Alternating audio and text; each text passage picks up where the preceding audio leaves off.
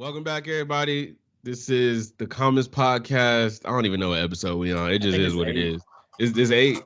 I think it's eight. I think it's eight because I put eight on everything, but sometimes I'll be losing count because I when I edit the stuff, I be losing count sometimes. So, but all right, the Commons Podcast, episode eight. If it's not eight, I don't know. We'll catch y'all on the next one. um, what's going on, bro? How you been? I've been good, bro. Playoffs this weekend, NBA. I'm excited. Have you been keeping up at all? Nah, bro. I have not been keeping up with the NBA at all this season. I feel like, for me personally, I feel like it's been too many trades and a lot of like trash talking. Like I every time I see something about the NBA, it's either somebody talking trash on a podcast, like some new NBA player talking trash on a podcast, or somebody getting traded, like for whatever reason. Like Kyrie got traded. Uh KD. KD got traded. I heard Luka's thinking about leaving now. I feel like the only half the Lakers team got traded like midway through the season that GM LeBron just put The together. GM. The Yeah. GM. So I was just like, bruh, like there's no consistency anymore. For me, at least, I don't know. I've never really liked the NBA because of the teams. Like I always like the players because I feel like most people like they'll represent a city or something like either that they're from or a city that they rock with or something like that. But I tend to like players more than like the team itself.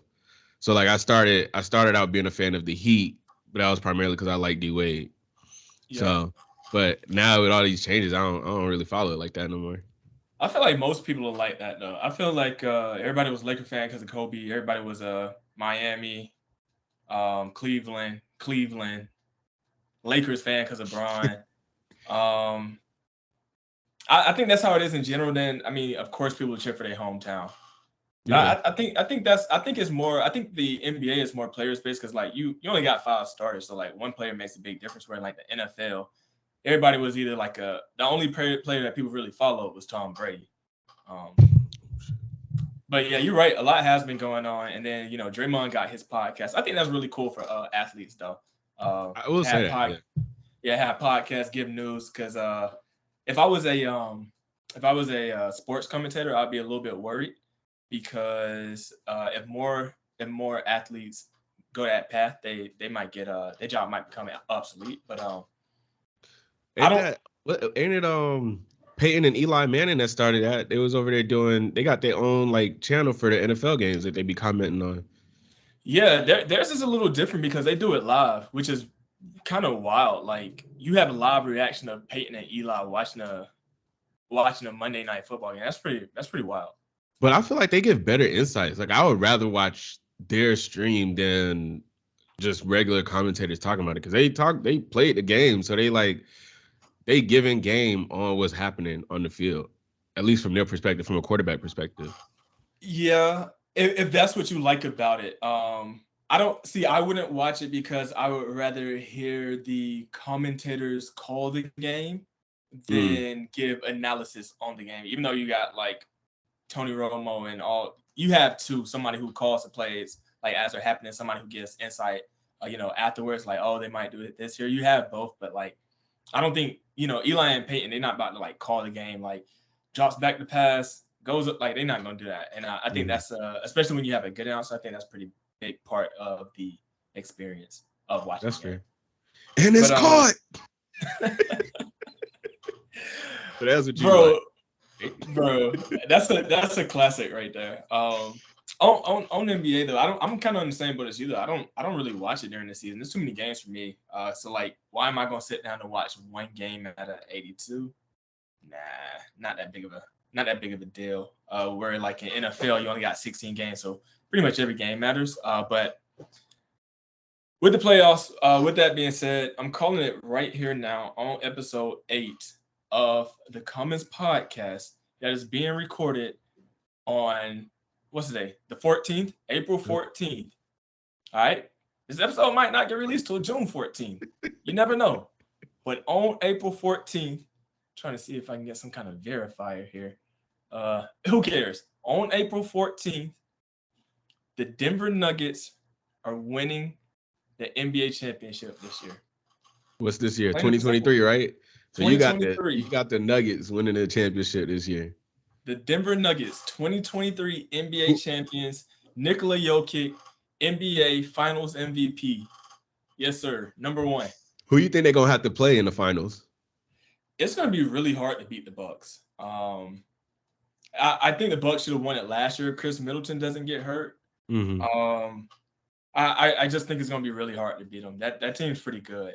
I mean, the only other two teams that really can challenge the Bucks are the Celtics and the Sixers. I don't think the Sixers team is that good. Joel and Embiid be hooping, but I don't think the team's that good. Celtics Bucks should be another classic. They went to 7 last year. They'll probably go to 6 this year, but it should be a classic. Yeah, I think it'll be good. I mean, I'll watch the playoffs. The playoffs is always interesting. It should be fun. Why do you think this is the year for the Nuggets? We're finally healthy, bro. Finally healthy. I had Haven't been hella healthy. injuries last year. Haven't been healthy since the bubble, and then in the bubble, Jamal Murray got hurt. So finally healthy. I think it's just our year, bro. Yeah. Only team in the West that could potentially stand in the way is the Suns. That's a very dangerous team with Kevin Durant on it. Only thing I'm banking on is good old Chris Paul to not stretch. Does not know how to stretch. Hamstring gonna give out at some point. I'm dead. If it's in the semifinals, all right, we're going to the finals. If it's in the finals, then hey, they might have beat us in the semis. But yeah, Denver Nuggets 23 champs. Do you have any predictions? Heck no, I'm not putting myself out there like that. Hey, last question though. Are you putting money on it? No, but I should. And speaking of betting, I was looking at some odds, right? Somebody was like 1,800, somebody was like 1,000, somebody was like 15. Would it not be smart to like put $100 on each team? Don't you stand to make more than you lose? I got no clue, bro. I don't know how that junk works. I don't know how betting works at all. The from my understanding of it, you bet. So like the plus 120 or whatever, plus 1,800, whatever the plus is. From my understanding is you bet 100 to get that much. So if it was minus 80, you would bet 100 and you would get 80. If you plus 120, you would bet 100 and get 120. That's my understanding of it, but I could be wrong. Interesting. So, but if that's the case though, but the only reason I think that might not be the case, because like again, why wouldn't you put 100 on like 3 teams? One of them gonna hit, you gonna bank on it, right? But so it has to be something else. But that's my understanding of it. Yeah, but I don't know how that junk works. I wish I did, because I would have bet on the Premier League this year. Would have had my boys Arsenal winner. Oh, I think you should always, like, if your team's good, I think you should always put money on your team. If you bet, I think you should always do it. But see, the thing is, I think I told you about this, but the thing is, like, my team hasn't been good for years. But at the start of the year, just like you saying right now, I was like, bro, I feel like this is our year, bro. Like, people would sleep. People were like, nah, Arsenal's been trash. They choked last season. I was like, yeah, but y'all kind of sleeping though. And lo and behold, we've been killing it a whole season. So we got 8 games left. We could legit win the league, and that's gonna be crazy. What's it called? 21 Savage rapped about it. Got to see the Gunners win Premier League. Yeah. You gonna go across the east to the parade? I might, bro. That junk gonna be lit. We haven't won in 19 years. We have not won the Premier League in 19 years. That junk's gonna be hard. Yeah. I know the parade gonna go crazy, because we was just talking last week about how like the Atlanta United games be going crazy, and like soccer not that big here. It's huge over there. So I can only imagine like the magnitude of like celebration they go over there. Yeah, I know that's gonna be stupid. Speaking of sports and betting and people I should have bet money on, you watched the Izzy fight last weekend? Oh, that's so crazy, bro, because like I'm not a UFC fan, had no intentions of watching it, but I think I had just finished the show. I had been watching the show, and I think I just finished the last episode. And you texted me, you was like, "You gonna watch the fight tonight?" I was like, "Nah." I might. Who fight? I was like, I might. I tuned in, caught Jorge's fight. I think Jorge's was just about to come up.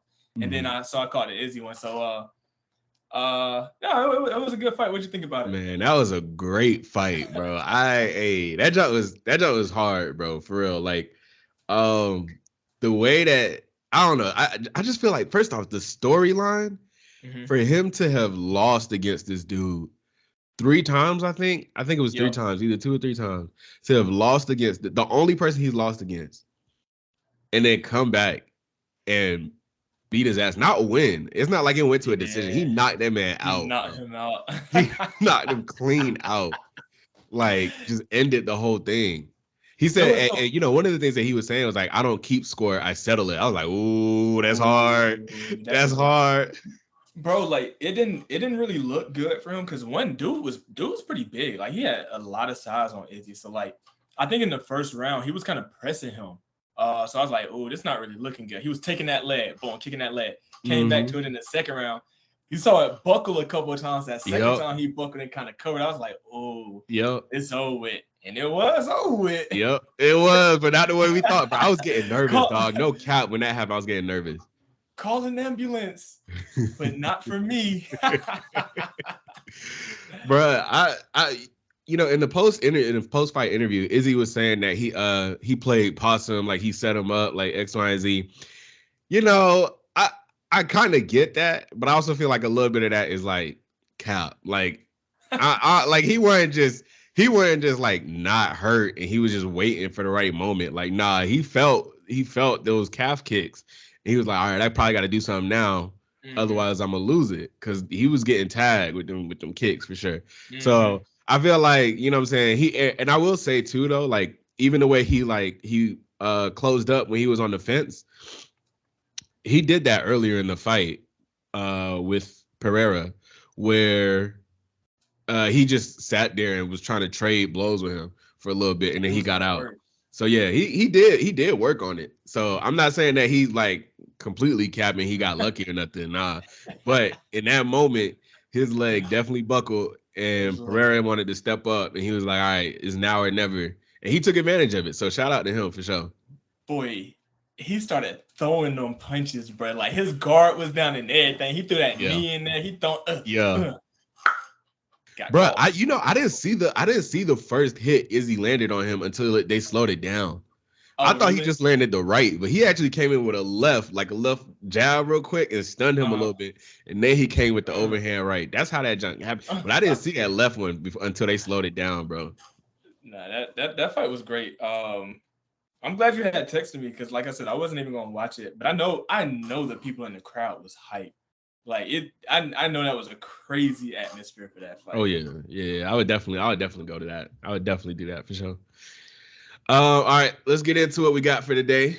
First up, I don't know if you've seen this, but since OpenAI has come out, there was an open letter released. It started with like 200 signatures. I think now it's got over 1,000 signatures on it. People like Elon Musk, there's some famous technology researchers, X, Y, and Z, tech experts, business people, basically all signed on to this letter saying that, we need to pause building any AI that's like smarter than GPT-4. Because basically they're saying that, it could potentially cause a lot of harm to people. It's not really aligned with with human values and goals. Basically kind of the whole, like, I don't know if it's Terminator, but like the whole thought process of like, oh, what if robots come alive and stop deciding to do what we tell them to do and decide to kill us and take over the world, X, Y, and Z. That's basically the sum of it. Of course, they put it in a lot more diplomatic, words, and has some stuff behind it as to why they shouldn't. What'd you think about that though? I'm actually curious to know first what you. Okay, I'll tell you. It seems I had to do a little bit more digging, but it seems like Cap. I mean, they'll know more than me, but you can only program something to only do what you program it to. So like maybe if you have basically an AI cancer where it just like keeps building and building and building and building on like on a loop, basically like a what's a good way to explain it? Some kind of function that its goal is to make it better. So it what's it called? So like a recursive function, so like it just keeps going and going and going, keeps getting better and better and better. But like you would have to, I don't know, you would have to program that to begin. So I don't see the world in which AI gets to this point where it becomes independent or autonomous because you have without somebody programming that. So unless they're saying, hey, we have to stop people from programming this, kinda. But if that's not the case, then I don't know. Yeah, What's up? I think what you're saying is fair, right? Because essentially what you're saying is unless somebody Unless puts that's the somebody's goal. instructions in an AI to say you should be able to come up with plans or think for yourself to do X, Y, and Z. But robots aren't designed that way, or AI isn't designed that way. It's designed to complete, a function, and it has parameters, and it has a way to learn to complete those functions. It's not able Right. to reason for itself, at least not yet, and that's not in the plans of any AI companies that I've seen that are building that.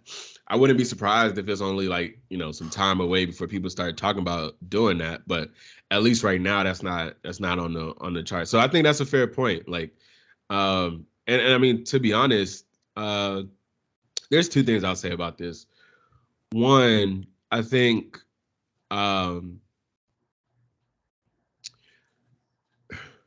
okay, so the two things I'll say, like the first thing, there's a lot of like these tech companies, and I might be a little bit biased because I am in tech, but these tech companies, they have a lot of Black men in uh tech. processes. They have a lot of processes and stuff in place for how they handle AI and what they're building. Because I promise you, like one thing's for sure, right? As cool as this stuff is, these AI companies do not want to be on the hook for something fucking up, for something Yep. going wrong. And I can guarantee that because you just have to look at all of the social media platforms, all the social media companies right now. Facebook's in trouble. TikTok's about to get banned. People don't like Twitter no more. Like all of these social media platforms that have these companies that have released platforms that are out in the world and people are doing whatever they want on them and they don't have control over that. These companies don't want that to happen with them. Like they don't want a scenario where somebody can say, "Oh, well, this, OpenAI's, AI system, or it's Microsoft's AI system, or it's Apple or whoever." They don't want to be in that position, so they have a lot of like, and I'll tell you, based on my role, like I know that these companies are literally turning down opportunities to build certain types of AI because they don't want to put themselves in that type of ethical position. Like they don't want to get stuck in that place. Now, that's not to say like these are the large companies. That's not to say there's not going to be some startup that really wants to do it and comes up with a way to figure it out. Right. But I will say, like a lot of these AI companies, like the big thing, like they talk about is responsible AI and OpenAI. The folks that made ChatGPT, they actually released a letter about like their safety and practices. But responsible AI is the terminology that they use to describe both the process and the technical limitations that are put into place to stop AI. And this is an industry-wide term. This isn't just specific to one company. But responsible AI is how people kind of think about, okay, like what do we need to do to make sure that stuff doesn't go off the rails? And one like big proponent of that, one component of that is making sure that AIs are not able to make life altering decisions without a human involved. So Mm-hmm. like for example, like AI is being used in like healthcare and technology, X, Y, and Z. You can tell an AI to, hey, propose a treatment plan for this, this patient, given their, data and their historical health and da da da da. But that AI is never going to order the pills or sign off on the plan or did it. Like it's always going to say, "Here's what I found," and then it's going to give the human the option to go back and be like, "Do you agree or disagree?" Like da da da. Because at the end of the day, it needs to be a doctor that's looking at that. So stuff like that, where like areas that are that could affect lives, people are not trying to touch. Like these companies are not trying to touch. And I will say, like, the other thing is, it's interesting that you know, I don't know, like there's two sides to it. There's another thought where, like, even though some people are genuinely concerned, right? Like I know the European Union, they're starting to talk about some legislation to regulate it. Italy temporarily banned OpenAI for until they have like meetings to understand their privacy policies. But there is another line of thinking that some of the people that are signed on to this letter, like for example, Elon Musk, are upset because they missed out on the wave of AI and they are using this to try and find a way to get things to slow down until they can catch up. So that is just, it's complete speculation. There's no basis to it, but I could see that. Yeah.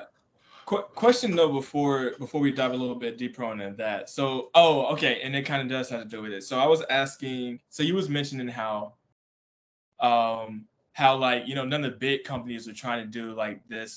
They're practicing responsible AI, but that's not to say that some smaller company might not come after them and do something that's kind of out there. So is that where this letter is coming from, to prevent somebody like a smaller company or some Tony Stark dude to come and do something crazy with AI? Is that the intent of the letter? No, not from what the what it says. I mean, the letter is really talking about, it's talking about all development. It's not focused on, big companies that have processes in place. It basically says, we want the government to put a stop to, actually, it could potentially have the reverse effect, because if the government puts out a mandate and says, hey, people need to stop, building AI, everybody's of course going to have their eyes on the biggest companies that are working with AI. The government's going to have their eyes. They're going to be like, all right, OpenAI, Microsoft, Google, y'all got to stop. They're not going to be looking at Joe Schmo in his garage hacking away on a computer trying to do something. And that's the person Yeah, that probably don't care. So it could have the opposite effect. that's fair. The other thing I was gonna ask is, you gave the example on the doctor piece, like AI gives you a recommendation on the doctor sign off. Do you see any potential danger in doctors or humans taking a step away from the diagnosis process? So, like in my eyes, I guess maybe you're putting a list of symptoms into like a AI. Maybe you even have an AI scan somebody, and like they're gonna give you these recommendations. So, like, to me, that takes a level of care away from it and kind of generalizes symptoms, illnesses, etc. Um, Yeah, so just kind of want to. I think there's a point to be made there. But I will say up front, I think even though there's a point to be made, I think the benefits far outweigh the risks, right? The risk being like, or the point, that you're making is that, you know, if it's an AI, it could, if you would say, hey, I got a stuffy nose and I'm not feeling good, da da da da, AI could be like, all right, you got COVID or you just have the flu. You know what I'm saying? Obviously, we would hope that these, and I'm not that in depth to understand how they think and how they are trained, but we would hope that they're trained well enough to be able to distinguish based on certain features and whatever it is that the medical experts do. But I think there is a possibility there. And that's why, AI is, it's going to be, a couple years before stuff like that starts happening.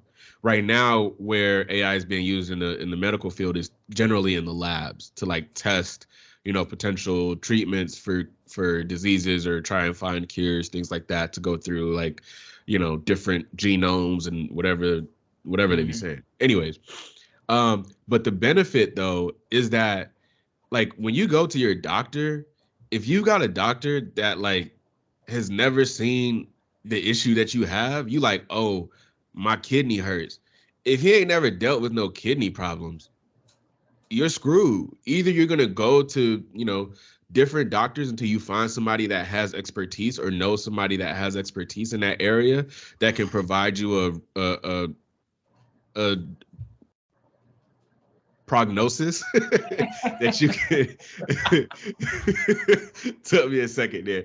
Either you're gonna keep going until you find a doctor that can provide you with a diagnosis that you understand and that you accept, or you just screwed. So AI, because it's so broad, is able to like, oh, this is a rare disease from West Bumblefuck, like this is what it is, and then it can present that information to the doctor and let them make that decision, or kind of help guide you in terms of next steps. So I think the benefits far outweigh the risks in that way. You bring up a good point, and then something that I hadn't thought about, like even way before AI. I just understood second opinions, bro. The first doctor that you see really might not know what they're talking about. And I just thought about that. We really put a lot of trust in them because the dude really might Yep. not know what they're talking about. Yeah, Yep. we're gonna have to remove your appendix. And you go to get a second opinion, you be like, yeah, that makes sense. He's a doctor. But you go get a second opinion, it's like, dude, what's he talking about, bro? You ate too much fiber. Like I didn't think about that. The other thing I was gonna say is, I don't know, bro. I might be too much of a conspiracy theorist to trust AI doctors, bro. Like, who's programming these AI to tell us like what's wrong or to give these diagnoses, bro? Like, you might step into some kind of like MIR.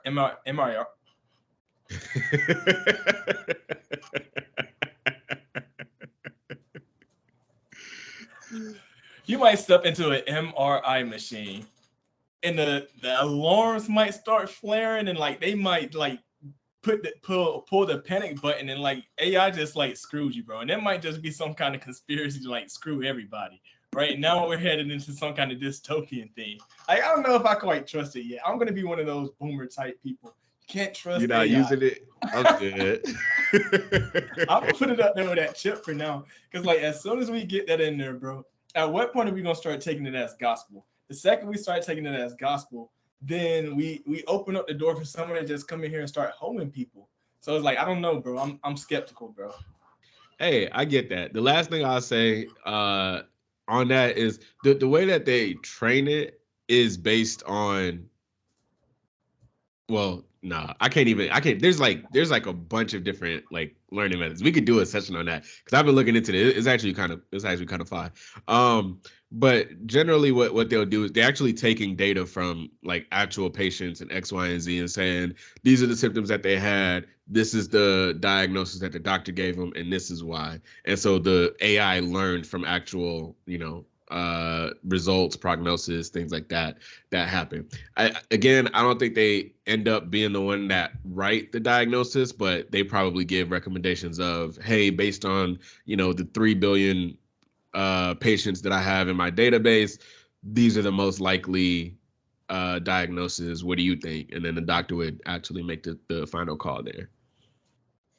That's kind of interesting. I wonder how, because sickness in general kind of feels like a I don't even know the right word to describe it, but it doesn't seem as like straightforward as like a, all right, this is your problem. Here's your solution. Like take these pills. I think like a lot of pills might cover, like they might fix the problem, or at least fix one of the symptoms that you have. So I wonder how much of um how much I wonder the effect that trying to logicalize, is that a word? Logicalize? Logicalize it is today. It is on the Commons podcast. Webster, Webster take note. How to logicalize the process, because I don't know how logical illnesses are. So if we're, because like it's not like court where you're getting all these precedent and things like that. Like Mm. you could be experiencing this thing for 1,000 different reasons than somebody else is experiencing. So we're just looking off of past. I wonder if it'll get to a point where it moves us further away from the fix than closer to. Um, just a thought though. Yeah, that's definitely a debate point because I think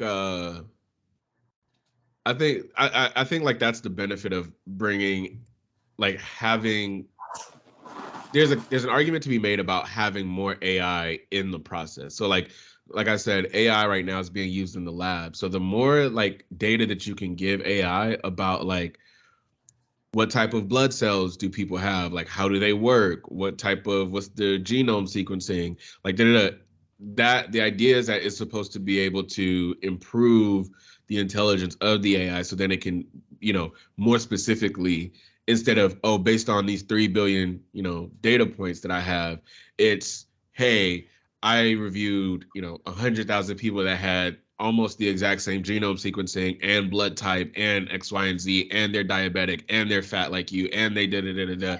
And this is the this is the diagnosis that they had. So there's an argument to be made that the more involved the AI is, the better it can be in the overall process.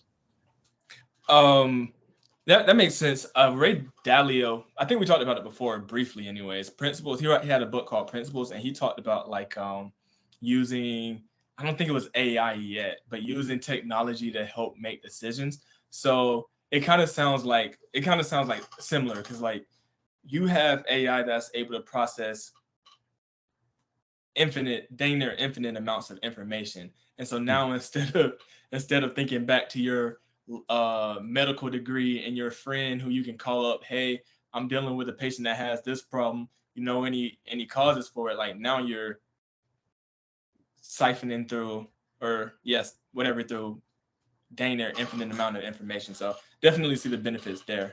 And if that's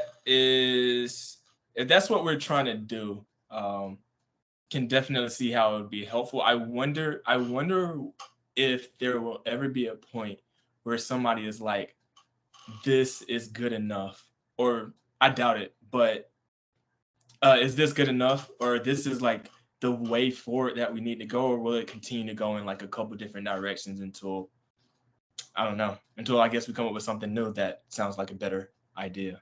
Mm-hmm. There was one more thing I wanted to say on it. Let's see. Oh, on AI in general. Oh, that's what I was gonna say. Yeah, but I mean, I'm sure they'll probably continue to try to make it better and better and better until somebody comes out and says, "Hey, this AI can cure cancer," and then all of a sudden, AI in medical field is gonna disappear, bro, and we'll never hear from it again, dog. As soon as they come up, as soon as they find out, as soon as the AI finds a cure, they start for messing cancer, with folks' money. They start messing with the right? industry money. Yeah, As there's gonna soon be a as that. problem. And then one last thing on AI. One last thing on AI. All of this, like, medical stuff is cool, bro. But I just want LeBron and 2K to play like LeBron, bro. Like that's what I want for AI. But for some reason, we Bro, don't hey, have that. I was talking about this with somebody. I was like, it's crazy that we have all this AI, but like video games can't adapt to your skill level yet. Like that's all I want. I don't want to have to choose between easy, medium, hard, or God mode. I want that junk to proactively know, all right, he suck right now, but he got this potential, and then help me get there. Like that's what I want. Where is the AI for video games? Like, bro, if I'm dropping 80 a game, I really want to be triple covered, bro. Like, why are they still single covering me, bro? Get this scrub off of me. Where's the AI in video games at? But next, I think we got I think you want to tell us a little bit about the Mormons. I think it's a follow-up from last week, is it not? I think we touched on it a little bit. You said you're gonna do some investigative journalism. Oh yeah, Let's see we what talking about. Yeah. We were talking about the Mormons. I can't remember how it first came up, but I think you were talking about like how they invest or something like that. I think yeah, because you had asked about the Saudi family, and then I talked about the Mormons and how they. Yep. All right, so check this out, right? So the Mormons, they actually just got fined. I think in March or February or March 2023. The Mormon Church got fined $5 million for failure to report stock holdings, which they had apparently spread out over 13 different shell companies over the last 2 decades. But them 80,000 IRS agents been put to work, boy. Bruh, the ones that Joe Biden hired? Heck yeah. But this junk is crazy. All right, so look. the Mormon Church, right? Like I'm gonna try to explain this as best as I can. The Mormon Church, they had like nobody knows how much they're like actually worth because churches don't have to report taxes to the government, separation of church and state. So nobody actually knows. In 2019, there was a report that was done by somebody at Reuters and I think it was the University of Temple or a university professor or something like that did a report on it, and they estimated that they have over $100 billion in investments. Do you know what they're doing with this $100 billion? Is somebody at the top like worth Bruh, $99 billion, or like don't do even they sweat. I'm spread gonna it get amongst? into it, bro. Watch Okay, this. okay, Watch okay. this. Watch this. Watch Make it this. plain. Oh, bro, it's like, bro, your head's gonna be spinning after this, bro. So look, the way it is, they have like there's a president of Mm-hmm. the Mormon Church. He's the president both of the culture of the church, but then also of the quote business of the Business. church. Okay. He has uh he has an entity called the Corporation of the President of the Church of Jesus Christ of Latter-day Saints. And that is what owns, or runs all of their assets. All right. So that's one level. The Okay. Corporation of the President of the Church of Jesus Christ of Latter-day Saints. All right. Okay. Then underneath that, they have a trust. It's called the Deseret Trust. Now, mind you, the Mormon Church requires that their members pay tithes, so 10% of every, whatever. They have like millions of people in their religion that follow them Mm-hmm. that pay this 10%. So they have more than enough money to keep the lights on. It's not like they're struggling for money. So all of that Right. extra money gets funneled into this trust, which is controlled by the president because he controls the corporation that owns the trust. Right. So Okay. then the Wait, that's trust, not confidential information. They're not gonna kick down your door or nothing, are they? hey, they ain't scared of no Mormons. Show I'm them a sorry. flashlight, or is that Not a scared of different? Is that a different Mormons, culture? man. It's just not that ain't it. All right, my bad. Go ahead. Oh, all right. So it's the Deseret Trust, and then the trust has a holding company in it, Okay. right? So we're at three separate entities Mm-hmm. already. The Boom, boom, LLC. boom. All right. So the holding company has an educational division, which owns colleges and universities like BYU over in, I BYU, think yeah. it's in Nevada or wherever it is, the Mormon College. It owns a think tank that they use. I don't know what they write and think pieces on, but whatever. It owns what's called the Polynesian Cultural Center. This is a tourist destination in Hawaii that they built apparently to provide employment and scholarships to Mormon students that attend the Mormon University nearby, which they also own. Okay. And then the holding company also has another holding company. So Okay. now this holding company is called the Corporation of the Presiding Bishop of the Church of Jesus Christ Latter-day Saints. So we got the Okay. president who owns all this stuff, then all the trust, and then the holding companies, and then that holding company has a holding company that's run by the bishop. Mm-hmm.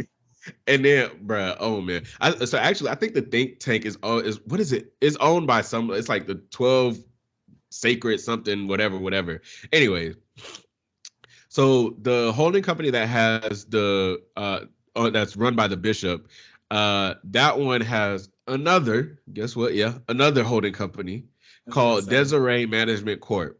Now, this is their private equity division, and this is where the majority of their money is like that's where it's going. Uh, so their private equity division, it has they own like a bunch of for-profit companies. They have like insurance companies, radio stations, property management. They own commercial real estate, apartment complexes, all of this stuff. And then the holding company that the bishop runs also has an advisory group, which is basically a hedge fund that's responsible, has over $40 billion in investments. What are they preparing for, bro? That's what I'm saying. And so this layer of their structure is the one that actually created those 13 shell companies, 20 plus years ago. And the reason that they did that is because as like if you are a hedge fund or if you're an investor or whatever, like you have to um if you invest over $100 million in any one company, you have to report that to the SEC, and that has to be public information. They didn't want to do that.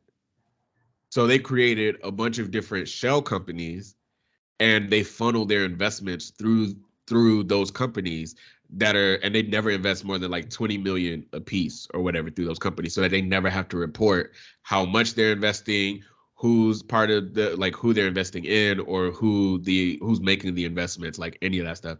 But this junk is crazy, bro. When I was going through it, I was like, bro, this is a type of like legal structure that you would expect, I don't know, celebrities or like the royal family to have. Like, this junk is Yeah, wild.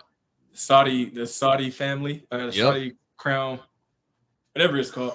Dang, that is insane, bro. And I wonder when it started. So like, I wonder how far the Mormon Church dates back and when this started. Because I wonder if it took a lot of foresight or if they were sitting on like billions and was like, we probably got to do something with this. So like, I wonder, all that to say, I wonder where it started. Let's Because see. that's crazy. It says the religion was officially founded in 1830 when the Book of Mormon was published. 1830, so they've been around for a minute. Yeah, they have been.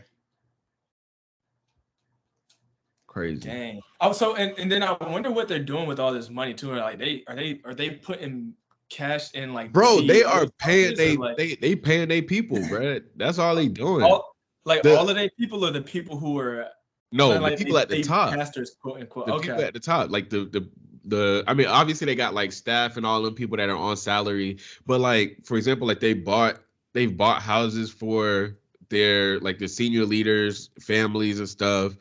Nice, a bunch of nice stuff, bro. Like, and the rest of it, I guess they just gonna continue investing. I don't know what they using the money for, or what they preparing for, or what. It's not like they giving it back to the people.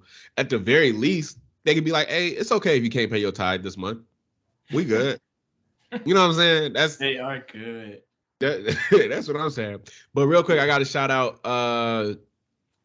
There's a YouTube channel called How Money Works. Did a lot of great research on not just the Mormons, but other religions and other um, churches or religious entities that have done like really similar stuff in terms of setting up their structure and how they're like either funneling money or hiding money or doing X, Y, and Z. Great channel. Definitely go check it out if you get a chance. I'll put the link in the description below.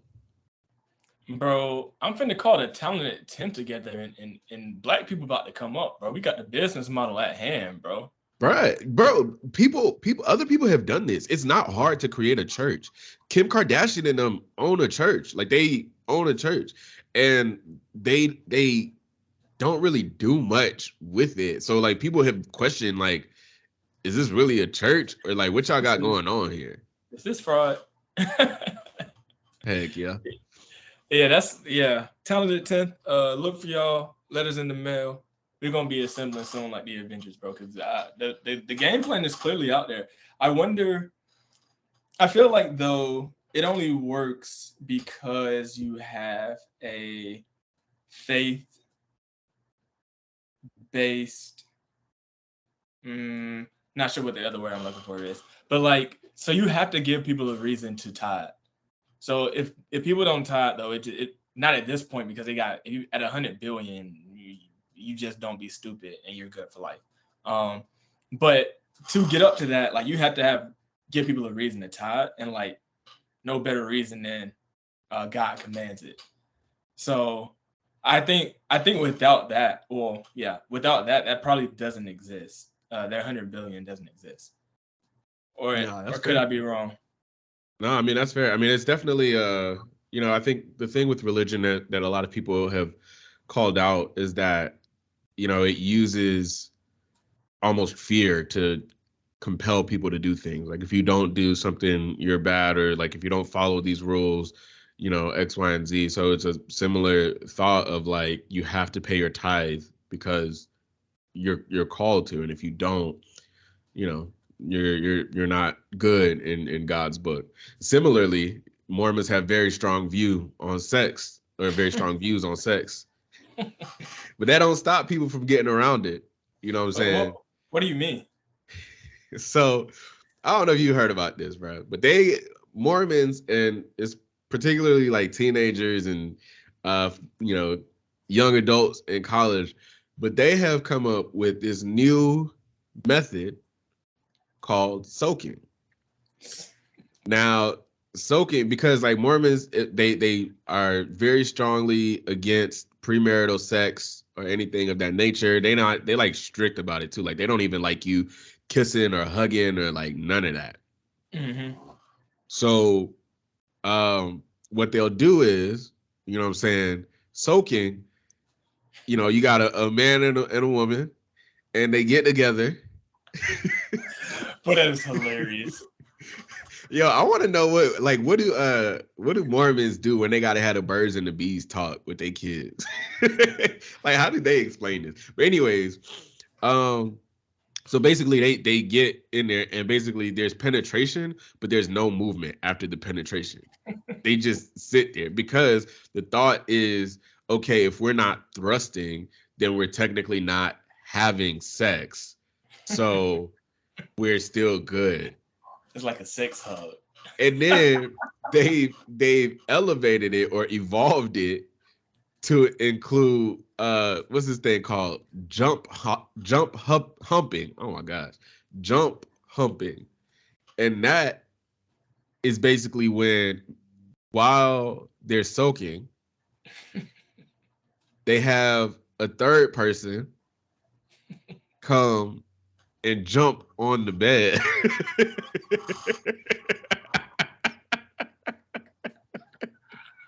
So the two people that are soaking, they're technically not doing anything wrong because they're just soaking. But it just so happens that the motion from the person jumping on the bed might be causing a little No, friction. no, bro. Imagine you a young adult and you doing this and your parents walk in, bro. How you gonna explain that to them, bro? Bruh, hey. Bro, and who's the third person, bro? How do you figure out how do you decide on who the How do third you person is gonna be? ask? Like, what is that question? Like, who was the first person that figured that out? Like, what did they say? Hey, bro, I need a favor. Like, bro, what? Oh, son. And why do you say yes? Do you say yes because like you gonna need a favor back one day? Like, Right. yeah, I'm gonna You say take yes. turns? Like, yeah, I'll do it if you if you jump for me. Are you not tired when it's your turn? Like you just did all this jumping. Well, you don't got to do nothing when it's your turn. No. Oh, you right. That's only one you person right, only bro. one person's moving, so only one person is. You right, bro. You just chill out. You just later. That's crazy, bro. You think this is real? Yeah, bro. I've heard I've heard too many stories of this job. I think it's pretty legit, dog. I think it's pretty But legit. it's a whole group of people that are pissed, bro, because they were supposed to take this to their grave. I know, bro. Like, Hey, they're like, oh yeah, we never gonna tell about this. never, Yeah, bro. Yeah. So, like, one thing that I have a question about here is like, do they think that's a good enough loophole for it not to be a sin? Like, oh, technically, like they think that's gonna fly? that's a great question. That's a great question. I feel like, no, hold on. I feel like they probably weigh in the odds. They like, all right, if I flat out sin and I die and I gotta go to, stand before God, I ain't really got a way to justify it. But with this method, I could make a case. That's probably what they thinking. They like, all right, look, I only halfway sin. I only 25% sin. That's better than the rest of these folks, you know? Hey, I don't know. It's probably a scale. So let me ask you this. Let me ask you this, bro. If you hit your mom with a ball, like you throw the ball at her and hit her, right? And you be like, well, I didn't hit you, the ball hit you. What you think she gonna do to you? Bro, you're done. I'm not God. That's between them. They gotta justify that logic. That's not nothing to do with me. And no disrespect to the Mormons. Matter of fact, if you are a Mormon, hit me up. Respond to this video on YouTube or follow us on Instagram, the Comments Podcast, and send us a DM. I want to bring you on the show so we can hear I want to know some more too. Because my other thing is, bro, like imagine you die and you go to hell and you be like, well, dang, I could have just did the real thing. Stop. Bro, stop. Now you're gonna be tight. Boy, you're gonna be tight. Well, I mean, to be fair, they can have sex after they get married. So, you know. But I'm saying like, it's one of two ways they'll look at it. I should have just waited, or I should have just went all out. And then the last thing is like, are you doing that twice? Because it can't be 5. I'm sure it's not 5. So is it like, oh yeah, we're gonna try it, and it's like, oh, that was stupid. Are you gonna be like, are you gonna be like, oh no, it was good? Like, no, but I can imagine. And then if you do it twice, you come the same person. Yeah, that's crazy. Because at that point, like you just like maybe there's just a culture of like, oh, people just know what's going on. Because it's like, I want to understand the logistics of how that works. Is it gonna be like, all right, look, I'm gonna go in here, we're gonna soak for like 5 minutes. It's not gonna be 5 minutes. We're gonna soak for a minute. An hour, bro. You soaking? It's gonna be like an hour and a half, bro. And then I'm gonna make the sound hooty hoo, and then you gotta come in and start jumping on the bed. Like what? How do they figure out this? How it's gonna work? Bro, that's pretty insane, bro. Imagine texting that too, bro. Like I want to know what the whole conversation looks like, bro. No, can't text that shit. No way. Zero. You got to do that junk in public where like one person sitting on one side of the bench and the other person sitting on the other side. And they face it the same way, not looking at each other. 7 o'clock, room 308.